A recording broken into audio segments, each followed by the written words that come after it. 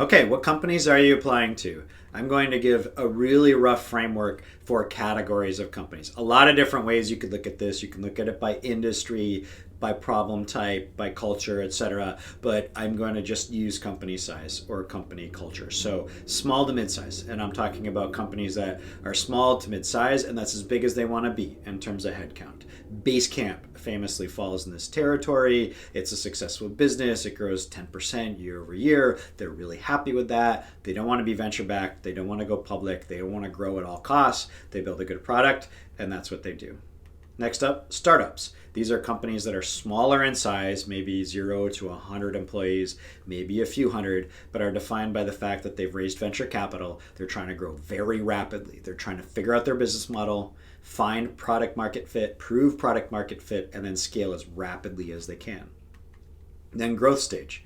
Similar to a venture-backed startup, but further down the road of maturity and evolution. They're not yet a big company that's stable and public and figured a lot of things out, but they're one step past the startup phase. So maybe they're a couple hundred employees to 1,000, or maybe a few thousand. They tend to have a little more infrastructure than startups. They tend to have figured out, okay, we have product market fit. We know it. We know what the market is. We know what the opportunity is. We know what works and what doesn't, but now we have to scale it. Now we want to become profitable, or now we want to go into multiple different product lines, or now we want to make some acquisitions, or now we want to go international. And so that's what a growth stage company might look like. And then you have the big companies, the Microsofts and Amazons and Googles of the world. And so in general, I recommend that people go broad and go across multiple categories, especially in today's market, and not overly focus. I believe that you're going to have the best luck in the startup and growth phase right now for a couple reasons, and I'll get into that. A lot of people have come to me recently and said, hey, I'm applying for PM jobs, and what do you think? Should I go for a smaller company or should I go for a big company? And I ask them if they have offers, multiple offers to choose from. And they say no. And I say, well, then let's not worry about that problem yet. Seriously, if you get an offer, you email me, we'll compare, and we'll see if you have this amazing problem that you have multiple opportunities and multiple categories and you need to make a choice. In today's market, I would try multiple avenues. And if you get one, then you don't really have much to worry about. If you get multiple, then you've got a great problem. Then we can sit down and work through it. I'll give you a framework, some of the things to think about. So one is risk profile. Big companies tend to be more risk averse. The hiring managers also tend to be more risk averse, and they tend to be more specialized. And so PMs do the PM job. And when you're thinking about applying to jobs, if you have that home run fit, meaning you've worked at that company type, you've worked in that function as a product manager, and you've worked on that customer type and that problem type. If you're a home run, then you're going to be a really good fit at a big tech company. Now, if you're missing one, two, maybe three of those factors, you're making multiple leaps at the same time. In today's market at big companies, for one, the hiring managers are risk averse, so they're looking for home runs. They want the home run, and they want to manage their risk in their job so that they don't look bad in front of their boss. And there are a lot of people that have recently been laid off that are now on the street looking for jobs, and people looking for jobs are less picky. And so therefore there's more home runs applying, and the hiring managers by definition are looking for home runs. And so if you fit that, and I would say customer type and problem type are a little less important, but the company culture and the function where you've done product management before, if those two aren't a match, it's going to be really hard at big companies right now. Another thing to think about is training and then trade-offs, where if you had multiple opportunities and you could go small or you could go big. With a big company, I think what you frequently get is a lot more training in your career.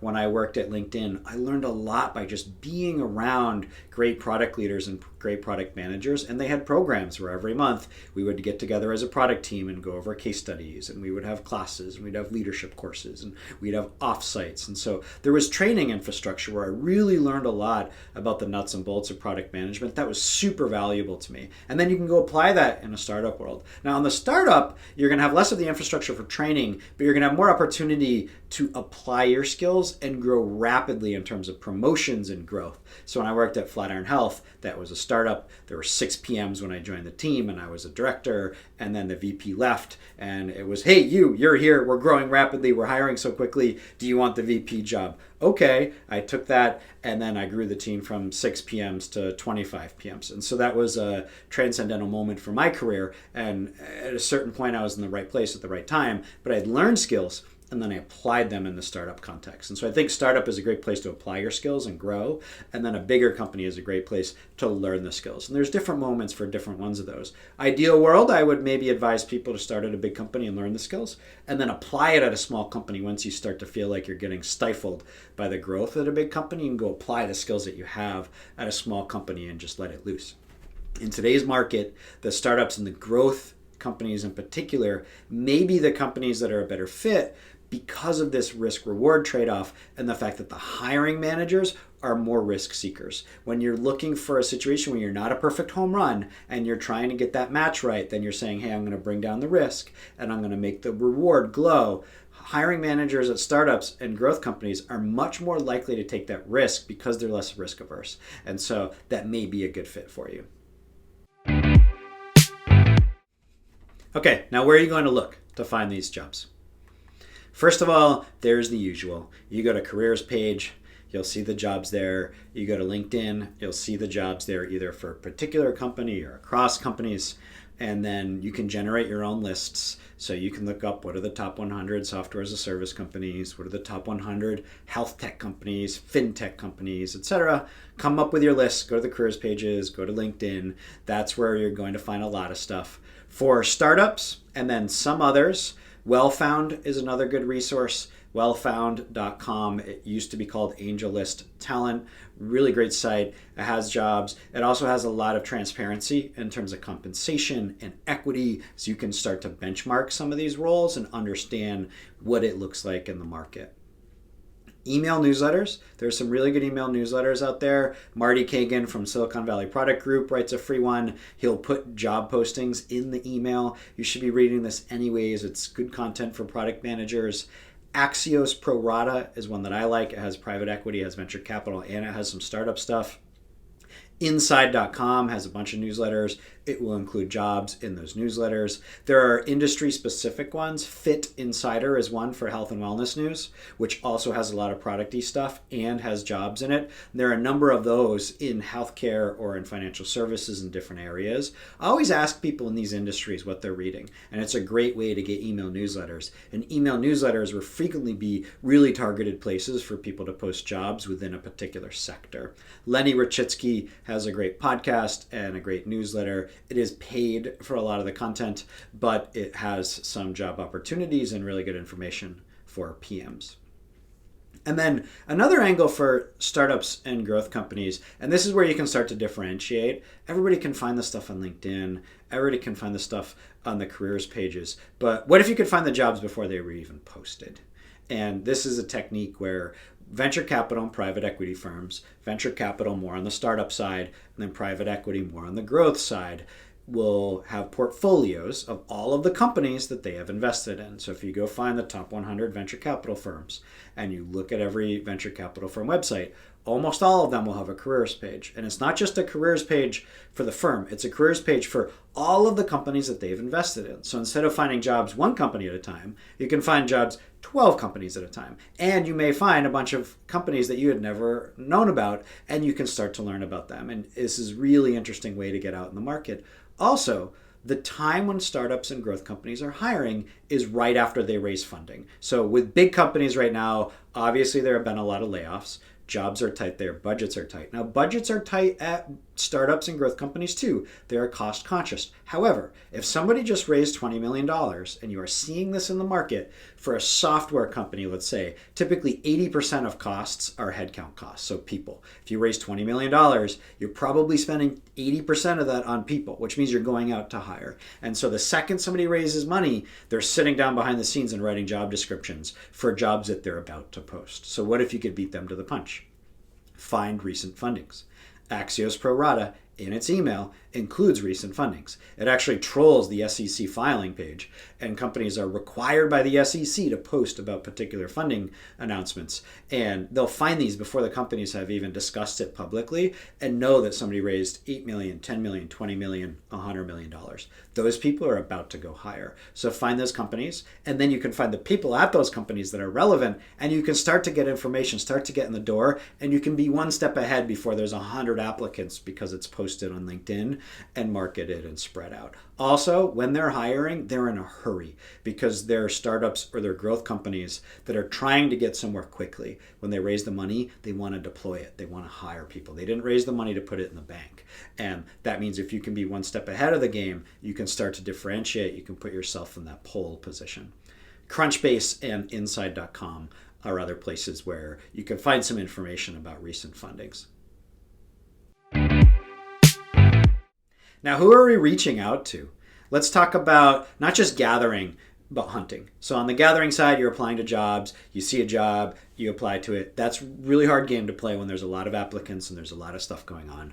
One note on that, back to LinkedIn, I would highly recommend if you have LinkedIn Premium that you go to the LinkedIn Insights tab. So when you click on a company page, you can click on LinkedIn Insights and it'll show you over time the exact headcount growth of that organization. And it'll show you headcount growth by function.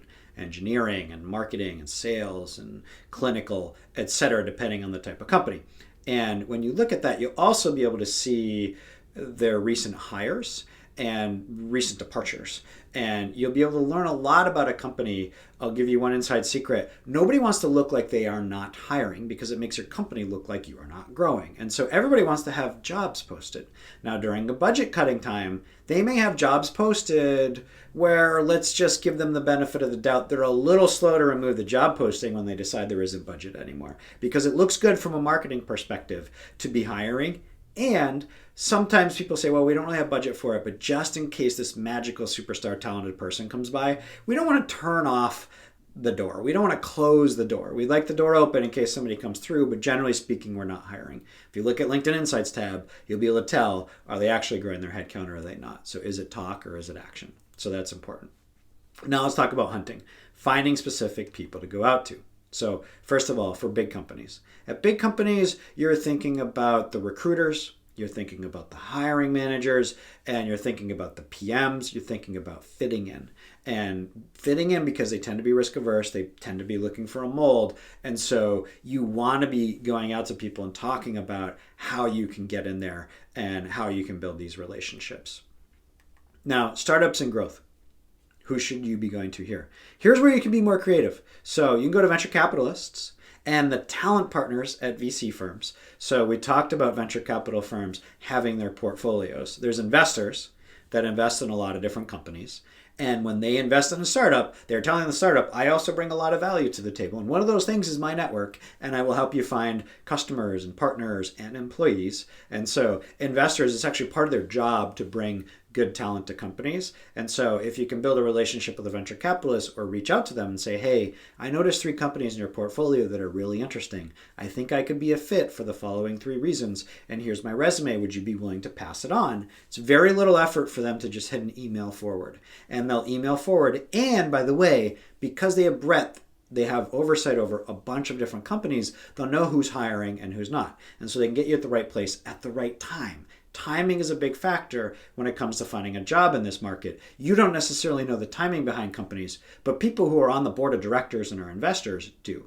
And so going to investors can pay off in this way. Now, don't expect a ton. They'll probably just forward it to a CEO and say, hey, I have no idea if this is interesting, but if so, here's a resume, and make sure that your pitch is really tight. Now, also, these venture firms have talent partners, which means that not all of them, but a lot of them do now, which means there are specific people that work at the venture firm, and their whole job is to help these startups build their teams and build their companies. And they spend a lot of their time on leadership roles like a VP of product or a VP of sales, but they also do a lot of regular recruiting. And so if you go to one of the talent partners and they generally think that you're good, then they will be able to find the right time when a company says, hey, I'm trying to hire 5 PMs. They say, oh, great, I talked to somebody last week. Here's a resume. Those talent partners can help you out a lot. Also, don't be afraid to go to the CEO. be really careful about what you're asking for and be very strategic. However, CEOs love finding talent. They like being a talent hunter that finds the best people and brings them into the org. A lot of them take pride in this. And when you go to the CEO, they'll probably ignore it. And it's 80% chance they won't even respond. But 1 in 5 will. And so why not take those chances? They could actually be involved here. And the other thing is if a CEO sends an email to a director of product and says, hey, here's somebody we may want to talk to, then the director of product is probably going to roll their eyes a little bit of like, great, somebody sent me something. But they might say, hey, I'm going to talk to this person anyways because the CEO sent it to me. And so if you're on the margins, then you can get yourself over the edge if the intro comes from the CEO as opposed to the intro coming from the bottoms up like a PM. And obviously, you have the recruiters and you have the talent people at these individual companies. And so when you're applying to companies, don't just think about the companies, think about the humans. And particularly in the startups and growth phase, you look at a social media account and you start interacting with it on Instagram or on LinkedIn or elsewhere on the web, on Medium, etc. There's somebody behind that, and it's just a person. And you can build a relationship with this person that can help you out. And then Chief Product Officer, VP of Product, somebody who runs the product org, get on their radar. And a lot of these are seeds that you'll plant that may not turn into full things until later. But if you plant a bunch of seeds now, then that can help you out down the road. And obviously, the hiring manager, if you know specifically who it is likely that this job reports to. If it says reports to the Director of Product, you go to LinkedIn, you look at the Director of Product at that company, you can probably find who that person is or at least narrow it down to 1 or 2. And then talk to PMs. That's a really great way to reach out. And these people are looking to grow in their careers, are looking to grow their influence. They're looking to hire, to assess talent, to bring talent in. And sometimes they have a little bit more time on their hands than the directors or the VPs or the CPOs or the CEOs. And so be broad about the folks that you go to and be targeted at the same time. So it's going to take repetitions. It's going to take some outreach. It's very similar in some ways to startups that are raising capital and pitching investors. You're going out and pitching people. You're trying to get a little bit of their time and you bring something in return. Now, how do you execute the outreach? So you can send somebody an email or a note or a message and get what you're looking for. Let's go through some tactics. Here are some principles to keep in mind when you're performing outreach, things to do and not do. First of all, do not say you will do anything. You need to be specialized here. Somebody doesn't hire a product manager to be a marketer or hire a marketer to be a product manager or a finance person to do sales or to do marketing if they don't have to. And so they're looking for you to be really, really focused and want to do that thing. I want to do marketing. I love marketing. I'm working every day of my life to get better at it. That is my craft. That is what I'm dedicated to. I want to do product management. I'm working hard to get better at that every single day. That is my craft, and I'm pursuing a product management job. I would also be open to program management or business development roles. That's okay. You can have a backup, but never say you will do anything because 2 problems. 1, you're not specialized, so you will not compete. If there are 10 shots that you take, every single one will say you're not specialized enough. But if you say, hey, I'm really looking for a product management or program management role, then 8 out of 10 will say, no, we don't have that. But 2 out of 10 will say, oh, yes, we do have that. So let's see if you're a fit. And at least you have a shot. So always be specialized enough. I recommend 1 to 2. You could go to 3, say, I'm looking for product management or program management or biz dev roles. But I would stick to 1 or 2 if you want the highest hit rate. And then the second thing is, if you say this, you're actually asking them to do work. You're saying, I haven't done the time to look and see if you have roles that I'm a good fit for, so I'm asking you to do that. And guess what? They won't. Next up, don't offer to buy somebody coffee. The reason is, it's not about the coffee, it's not about the time. It comes off as naive, where if you're asking somebody for 30 minutes of their time, you're asking them for hundreds of dollars worth of their time, and you're saying, I'm going to give you $5 in return, and I'm making it look like I'm doing you a favor. You're not. You're asking them for a favor. So just forget about the coffee and who buys the coffee. Just ask them for their time. You'll never see senior seasoned folks offer to buy somebody coffee, but I frequently see it with folks that are newer to the outreach game, and so you want to look like you're seasoned and you know what you're doing. Don't offer to buy somebody coffee. Even though you do when you're there, buy the coffee, or at least offer to buy the coffee when you're in person. But don't send an email and say, hey, can I offer to buy you coffee? Don't hide your real ask. If you're specifically looking for an interview for a job, just tell them that. Don't make them think. Say, hey, I'd love to get this job. But even if you want their advice anyway, say, this is my dream job. I'm working to get there. In the meantime, I would love your advice and some of your feedback on my career and how I can position myself well for it. That's a great ask. Don't ask them to tell you their story. They tell their story all the time. It's boring to them. Now you're asking for their time and you're asking them to do work. Bring your story. That's much more interesting. Tell them where you've been, what your passion is, what your proof points are, how you're working on improving your proof points, what your destination is, and say, based on all your success, I would love some of your feedback and advice on how I can position myself. Much better way to get in front of somebody. And don't make them do any work of any kind. A lot of these are just different flavors of putting the work on them. Do the work on your side. Even when it comes to scheduling, say, hey, I notice you're going to be at this event next week. Can I come and spend 2 minutes with you before your talk? Now they don't have to do any work. Otherwise, they're going to have to schedule, and that's work. So every time you can remove work, the more likely that they say yes. Now, things to make sure to do. Be succinct. Remember your 3 sentences. This is your passion, this is your proof point, and this is your destination. Let them know that. Then let them know your ask. You're looking for advice. You're looking for feedback. You're looking for an interview. You're looking for an interview and advice on how to position yourself. Whatever it is you're asking for, be very clear. And then make it easy to say yes, as easy as possible. Ask for their advice. There's this axiom when people are raising funding for startups that if you ask for money, you get advice. And if you ask for advice, you get money. And so it is a nice pat on the back to say, hey, I noticed that you're a PM at this place. You've been successful in your career. I am up and coming. I want to do this. And I would love some of your feedback about, my approach and how I can adjust it. And so getting somebody's advice is something that tends to go well, at least a higher hit rate than a lot of other things. And then look for common ground that resonates. Your school could be this. I went to Cornell. I tend to use the Cornell alumni. A lot of folks will say yes to things they wouldn't otherwise if there feels like there's a connection. Alumni groups from certain companies, etc. Anywhere where there's enough affinity. Military groups can do really well with this. Specific interests where there's a connection there. Some of them aren't going to resonate. Some of them are going to resonate. When they're resonating, then repeat that. Because if you look for common ground, you're more likely at the margin, which is where you're fighting, to get somebody to say yes to something that otherwise they wouldn't. And this is how you get in the door. And leverage your networks. So those connections of connections, the second degree connections. You know somebody, and even if it's a light acquaintance, they just have respect for you. You don't know them super well, but they know you and they would recommend you, and then they connect you with somebody else. That's how you're going to get in front of a lot of these people, where then you can get the feedback from behind the scenes of how you really need to position yourself to get that job. And are they really hiring, or are they only hiring 1 role, or are they hiring 3 roles? Your relentless curiosity will start to uncover what's happening behind the scenes at these companies, and then you can start to position yourself so when it's interview time, you can go in there, you can be prepared, and you can win. So make your outreach really specific, really succinct, make it easy on the person you're outreaching to, and position it in a way where they just really want to help you. Now be just persistent enough.